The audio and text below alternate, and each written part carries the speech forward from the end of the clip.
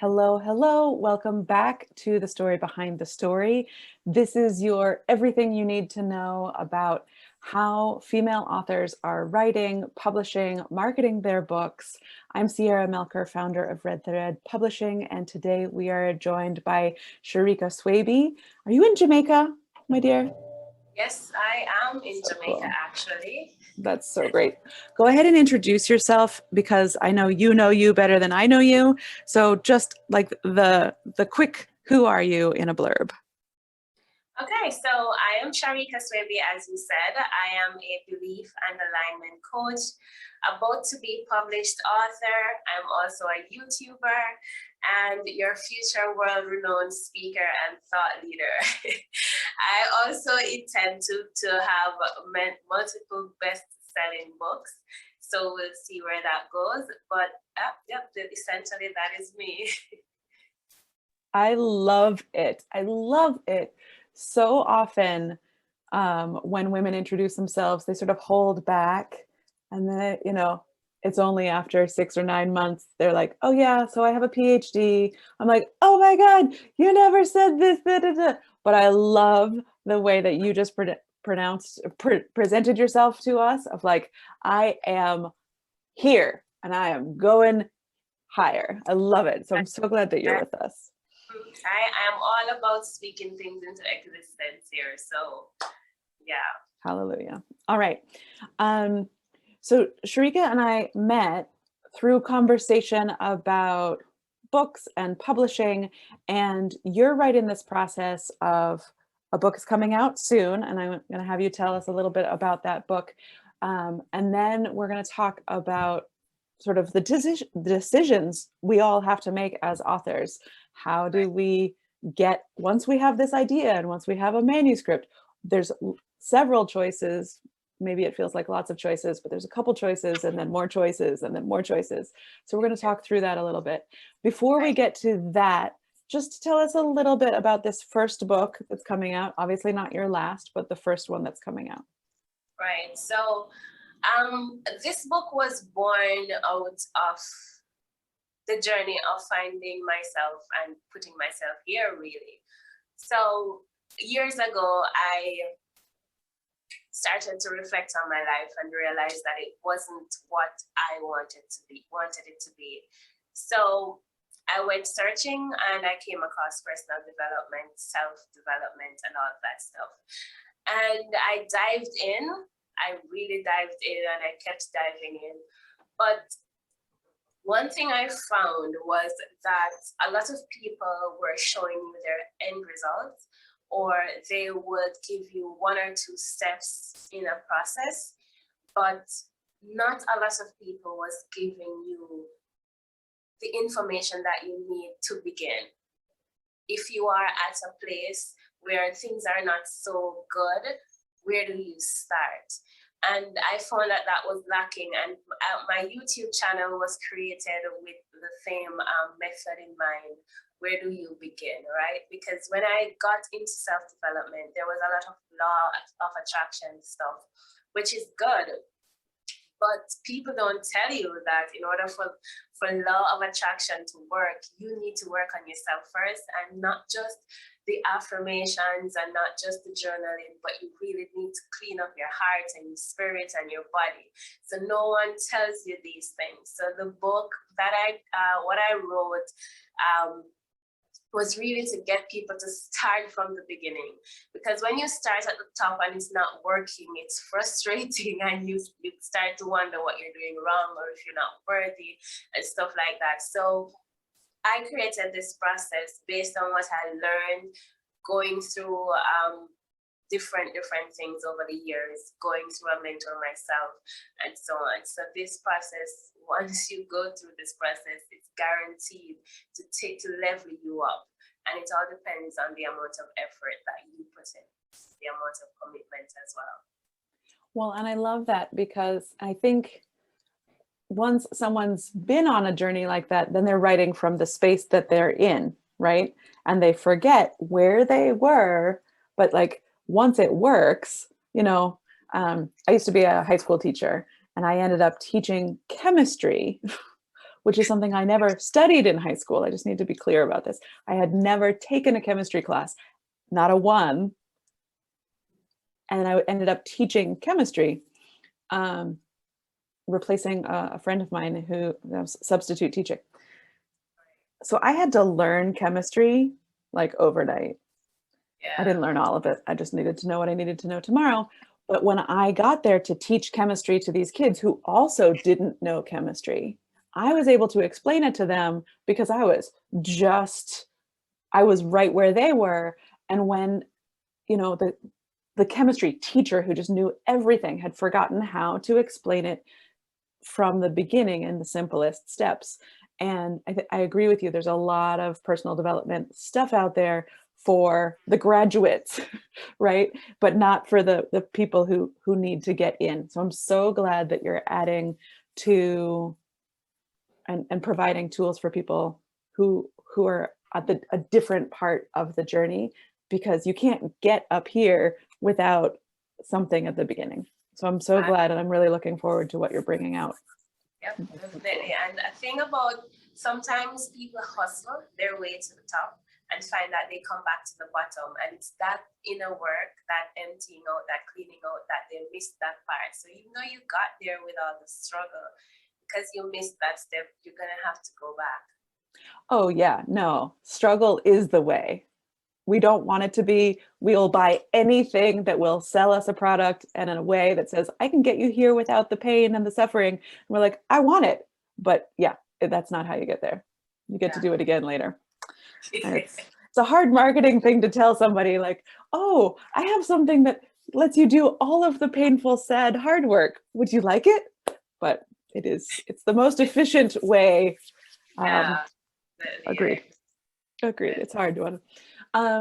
So you've done the writing work, you've done the heart work, you've done your own work, you've created a manuscript, and now, and this is what our previous conversations have been about, you have some choices. You want to get this thing that you've created into the hands of the people who need it, so that you can support them and help them on their journey, because there are so many people who need what's been missing from the story, right? Yeah. So your choices are, what are your choices with getting your manuscript out into the world? Well, I've looked into, I've done some research, not a lot, but there is going through publishing, and then there is self-publishing. So those are the choices that I know that I have. I don't know if there are others. And it sounds like my house is under construction. It's just that there's other people around. So we are still living in the world, and I'm not in a recording studio. I'm still just a human. So we're just going to work with that. So when I go over this with people who are, every author is in the same position at least once. There are three main choices. What's called traditional publishing, where you basically need to get an agent who then tries to get you a contract with a traditional publishing house. Maybe they give you a little bit of money up front, but maybe they don't. But essentially you sell them your material, they own it, and then they pay to have it out, but they also get to decide what your cover looks like and everything about it, because now they own it and they decide. They then give you 5 to maybe, if you on a sweet deal, eventually 15% of the profits. It's a low little thing, but they're putting all the money up front. They're doing all the things. And if you're lucky, they will have bought it for a small chunk of money. None of us are J.K. Rowling. Only J.K. Rowling is J.K. Rowling. And maybe she gets, a sizable chunk for a manuscript. So that's traditional publishing. Getting an agent's hard. Getting a publishing deal is hard. Not to say it's impossible. I highly encourage going that route if anybody wants to. Self-publishing has taken off in the last 15 years or more. Amazon makes it really easy. There's a couple of other publishing, printing, and distribution outlets, Amazon being probably the most well-known. Amazon, if you publish with Amazon, they are your marketplace. You can't then have your books in the library or the bookstore, because unless the bookstore buys from Amazon, but Amazon basically owns the right to produce your book. It is free to put your book up on Amazon. And so a lot of people are tempted to do that, and they think that self-publishing is then free. And it is, but you've already had a cover designed for you and it's great, right? But I don't know if that was a contract or a friend or somebody in your family, but a cover design costs money. Editing a manuscript costs money. Formatting a manuscript costs money. And so self-publishing, I self-published my first 2 books. I absolutely chose not to go to the traditional route, not to go through the hybrid route. And I was like, I'm going to learn how to do this. I'm going, and it was all I did. I studied, I devoted, I stopped working. I studied publishing. I studied how to position a book so that it had a chance of being a bestseller. And both of my books hit bestseller status when they first came out. I studied all of the background and like learned the formatting software, and I hired a friend to be an editor because there's a lot of things I can learn, but punctuation is not one of them. And so I knew that I had to pay other people to do some of that stuff for me. And so each of my books, even though I self-published, I hired a designer and I hired an editor and a proofreader. Each of my books cost like $3,500 or more to self-publish. A lot of people say, well, I'm going to save the money, and they're going to do their own editing. And that's an option. But when you read a book and you see those typos, maybe I'm just an asshole, but when I'm reading a book and I see like a misspelled word or something that's just a really obvious typo, part of me is like, oh, this didn't get the attention that it deserves. And then immediately, and I know that this is true for me, and I think it's probably true for more people, they immediately begin to doubt the validity of everything that's being said in the book. And as an author, I think that's a disservice to the reader. Personally, I don't want to give them any reason to say, no, I think I'm just going to not take any of this really good advice to heart because there's a typo, right? But that's one of the things that happens. And when we're thinking, I mean, this podcast is for authors. And so one of the things that we do as authors and why we write books is to establish ourselves as a credible authority, a source people will turn to. And humans are so petty. If there's something wrong with a manuscript, we will then like disregard the whole human. And it's absolutely not true. I am dyslexic. I have typos everywhere. Doesn't mean I don't have something valid to offer. But when it comes to making that choice and seeing someone as a position of authority, we either do it really well or we do it sort of well. Yeah. Right?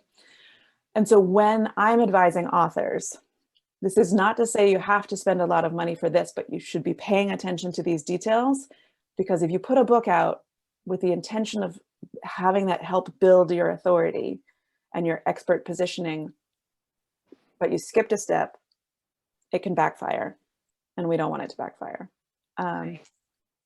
So that's why I spent the money on the cover design.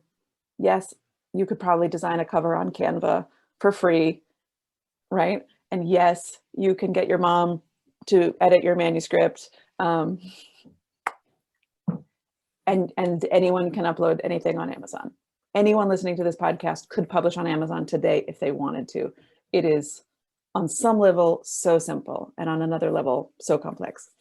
The reason I opened Red Thread Publishing is the third option, is because I want to give people the expertise without having to quit their jobs and become professional editors, graphic designers, formatters, and all of the stuff that goes into a book to help support them to get their book out.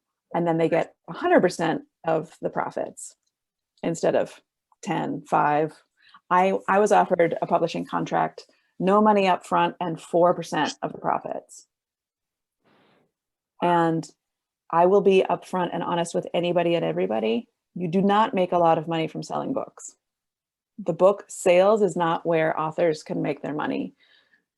Because if you sell a book on Amazon, you get 30% of the profits. Right. Right? That's an ebook, 30% of the profits. So if the book's 99 cents, I was making 27 cents per book. Okay, I spent $3,500 making 27-cent profit. It's a lot of books to recover that. And the print books, when you print a book, you get up to 70% of the profit after the cost of the printing. Okay, so your book costs $8 to buy, costs $5 to make, and you're getting 70% of the $3 profit. So it's not a lot of money. Yeah. It's so hard to hear all of that, but I was like, oh, I'm going to make 70%. I'm going to da da da da da. And then I was like, why is it such a small number? Why is it so small? But when we write a book, you're a coach. Somebody should read your book. Somebody should learn from your book. And then some of your readers will say, I want more. I want to work with her. Or somebody's going to read your book and say, I want her to speak at my conference. Or I want her to hire her to do a workshop for my corporation, or whatever. That's where authors make money with a capital M. So there are, and hybrid publishing has a cost, because you're still paying for what, if I had to do it over again, because I was offered, for, I think it was a $4,000 publishing package. If I paid someone to do the cover and do all the stuff for me, I would have paid $5,000. I was like, I'm going to save money. I spent 4 months of my life and $3,500. Just say what I ended up saving, like $500, but I spent 4 months of my life to save that much money. So it's self-publishing is absolutely a good idea. If you think you've got a lot of books in you, that's a great choice, right? Because once you figure it out, then you can keep replicating it. Right.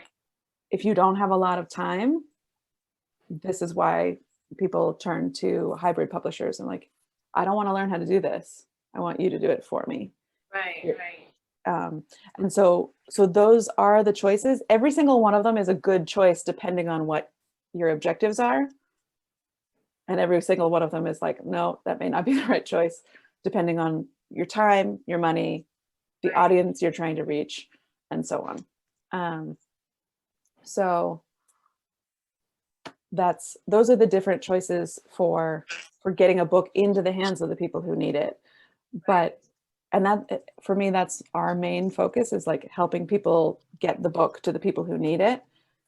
This is why I like it to look good, right? If you can look at a book and be like, I think somebody made that themselves, then they're not. I mean, I love the projects that my daughter does at school, right? I'm like, oh, that's so beautiful. It's lovely.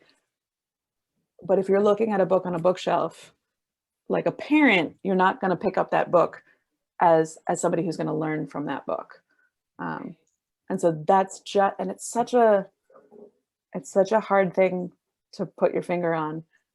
But once it's done, you can tell, right? Every piece, the cover, the manuscript, all of it. So those are the first publishing choices. And then depending on which path someone goes down, then there's lots of more choices. I started to make a flow chart for, like, here's your first 3 choices. And if you go this way and you've chosen this, well, Like traditional publisher, well, then you need to get an agent. How do you get an agent? You do it this way, and then you do it, you know, and if you don't get an agent, you want to go straight to the publisher, how do you do it? It's mind numbing. And I'm not techie enough to like do it on the computer. So it's still just on a piece of paper. But publishing is just full of choices, tons and tons of choices. So you and I talked about the idea of using Publishizer, which is this cool tool, but it looks like it's not working for you to like kickstart and get some money. Well, what Publishizer said was that they were taking a break until the fall. So they weren't taking any new authors for publishing until the fall. So until September, somewhere there. Yeah. Okay. I don't want to wait that long. Yeah. No, and that's it. That's the other thing is like timeline. Like I have a book, I want it out. I want it out in the world, in the hands of people. I don't want to wait 2 years for some company to get their act together and make me a priority. So as always, after we stop recording this, know that you can reach out to me and we can talk more choices and ideas. And I think you know that you don't have to be a client of mine to get the support. I'm happy to share what I've been learning. What else do you want to say just before we wrap up? Because I do try to keep these sort of short. What do you want to share about if you were speaking to a woman who also, like you, had something she wanted to share? What advice or support would you give her about her writing journey? So the book that I'm coming out with is called An Introduction to Freedom, right? And I'm going to tie the response to your question in with the title of the book. What I've come across personally is imposter syndrome, feeling like I don't have authority to speak on a matter, or I am not a Oprah, so to speak. So no one knows me as anyone who has something to say or have value to add to anything. But if you think about anyone at all, they all started somewhere, right? They all started somewhere. And at some point in time, they probably had the same thoughts you had. And just know that your life is a service. Each of our lives is a service. So we're supposed to live and express that service in our daily activities so that it can be beneficial to someone else. And essentially, that's what I want to do. I want my life to be service to others. And I feel like if a part of my book is designed to help people to understand that as well, to help people to understand that all the struggles they've been through, all the things that they didn't think were okay about themselves, that was a lesson to teach them so that they can teach someone else, which is what my book is doing, right? It's going to show you that what you've been through is not so bad and there's nothing wrong with you. Flaws and all, in your eyes, in whoever eyes, you're absolutely perfect and you're here for a purpose, and that purpose that you're here for, you're perfect for that purpose. So your journey, your struggle, your trials, whatever you went through, it's for your story, and that story is going to help transform someone else's lives. No matter who you are, you have a purpose, you have a story, you have an influence, and you're valuable. What you have to say has value.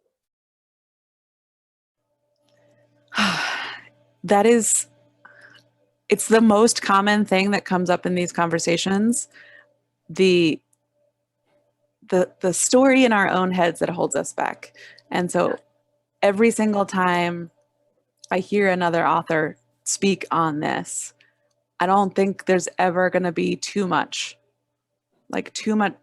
reminders, because it's such a common thing that's keeping so many people, holding them back, keeping them quiet. And I love every single opportunity, and every single author here is like, yes, say what you have to say. Yes, it's scary. Yes, there's struggle.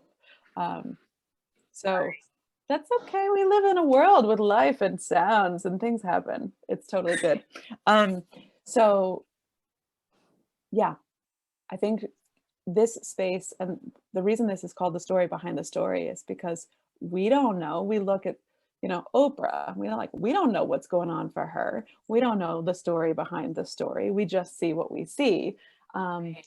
but when we get to hear from other authors who are doing what we want to do or in places that we want to be, then we're like, oh, my struggle, I'm not the only one. There's not something wrong with me because I wonder if I have value. There's something human about me because I wonder if I have value and if I have something to say. So I love it. I appreciate it. This podcast is coming out in correlation with your pre-order, correct? Right. Yeah. So we will make sure to have links attached. You can reach out to Shareka and learn more about the work that she does, learn more about her books and her epic world changing best-selling status soon coming, all in the show notes. You can always reach out to me and the team at Red Thread Publishing with questions about writing or publishing or book marketing. This is becoming our thing. So as always, thank you so much for tuning in, Shareka. I love connecting with you, and I look forward to future conversations. Myself. It's always a pleasure, Sarah. Thank you. Thanks. Bye. Bye.